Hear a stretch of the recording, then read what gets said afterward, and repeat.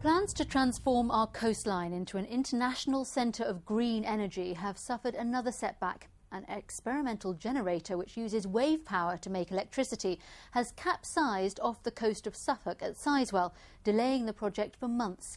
It comes just a week after problems were reported with the turbines planned for the world's biggest offshore wind farm at Greater Gabbard.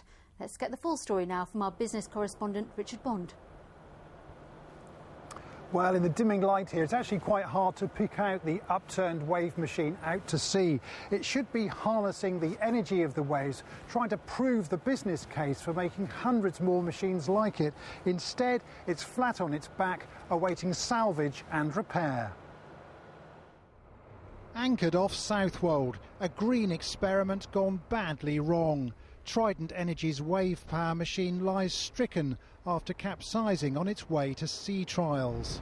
Up close, there's actually not that much to see. The greater part of the structure is underneath the water. The generators, the electrical equipment, which should be sitting nice and dry above the waves, are instead beneath them. The machine took a year to build in Lowestoft. The completed platform has been waiting on the quayside for months. Yesterday's calm weather saw it leave Lowestoft Harbour. The plan, to secure it to the seabed 5 miles off Southwold so it could be put through its paces. But it capsized while being towed. Clearly we've got to recover the device and assess the damage that's been done. We're hopeful that it isn't too significant. It's been grounded onto the sandbank. How big is the setback? Until we've assessed the damage, it's really impossible to say. The platform is made up of floats. Waves push them up and down and generators produce electricity. Trident's machine was featured in Leonardo DiCaprio's eco-documentary The 11th Hour. Trident's making arrangements for salvage and repair. It's determined to press on despite this embarrassing setback. But it will mean another delay for a project whose timetable has already slipped several times.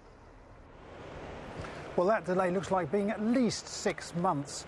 You couldn't put a repaired structure to sea during the rough weather of winter, so spring looks like the earliest opportunity.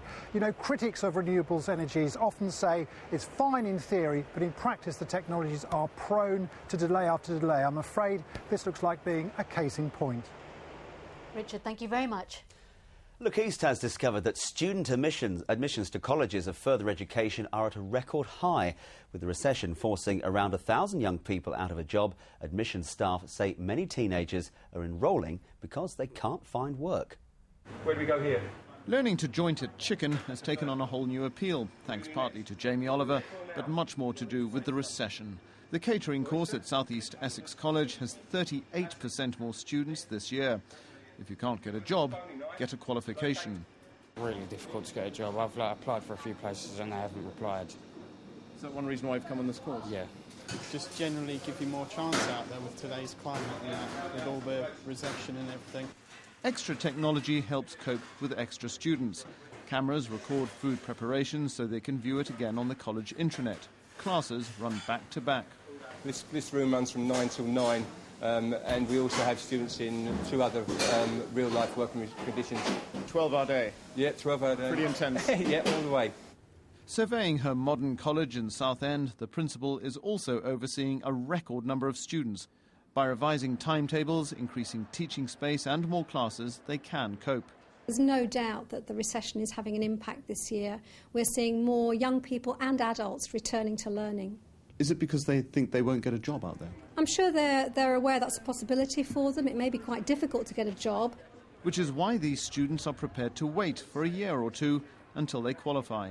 That will be the primary reason that a lot of people will be coming to colleges now, will be to get themselves ready for the competitive job market.